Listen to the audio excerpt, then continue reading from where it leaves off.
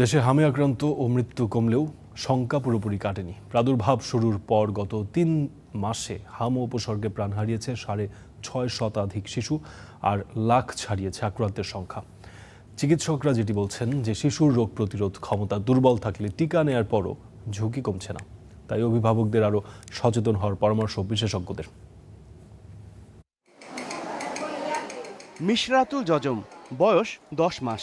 ঢাকা শিশু হাসপাতালের এই শয্যা এখন তার পৃথিবী। প্রথমে খিঁচুনি, এরপর নিউমোনিয়া, কিন্তু সেই লড়াই শেষ হওয়ার আগেই নতুন করে ধরা পড়ে হাম। খিঁচুনি প্রথমে দেখা দেওয়াতে মাথার ব্রেনের সমস্যা হয়েছে, ওইটার ট্রিটমেন্ট চলছিল এতদিন। না আগে হাম ছিল না, মানে নতুন করে হাম দেখা দিছে। এই হাসপাতালে হাম ওয়ার্ডে কোনো শয্যাই খালি নেই। সন্তান নিয়ে উৎকণ্ঠা কাটছে না অভিভাবকদের। কাজিনেতে রক্তনীতি আছে, রক্ত রিপোর্ট ভালো আসে না।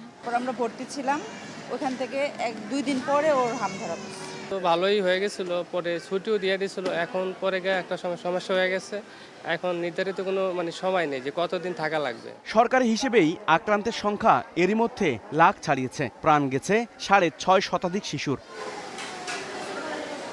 চিকিৎসকরা বলছেন গেল 2 মাসের তুলনায় জুনে আক্রান্ত ও মৃত্যু কমেছে। মিজেলসের প্রকোপটা এখন অনেকটা কমে গেছে, মৃত্যুর হারও কমে গেছে।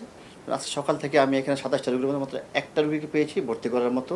হাম কিন্তু 100% কোনো ভ্যাকসিন 100% প্রোটেক্টিভ না। তাদের ইমিউনিটি পাওয়ারগুলি কমে যাচ্ছে এবং ওদের অনেকেই টিকা পায় নাই, এবং যারা টিকাগুলি পায় নাই ওদেরই প্রকোপটা বেশি হচ্ছে এবং ওরাই সাফারটা একটু বেশি করছে। পরিস্থিতি এখনও উদ্বেগজনক জানিয়ে অভিভাবকদের আরও সতর্ক থাকার পরামর্শ দিয়েছেন বিশেষজ্ঞরা।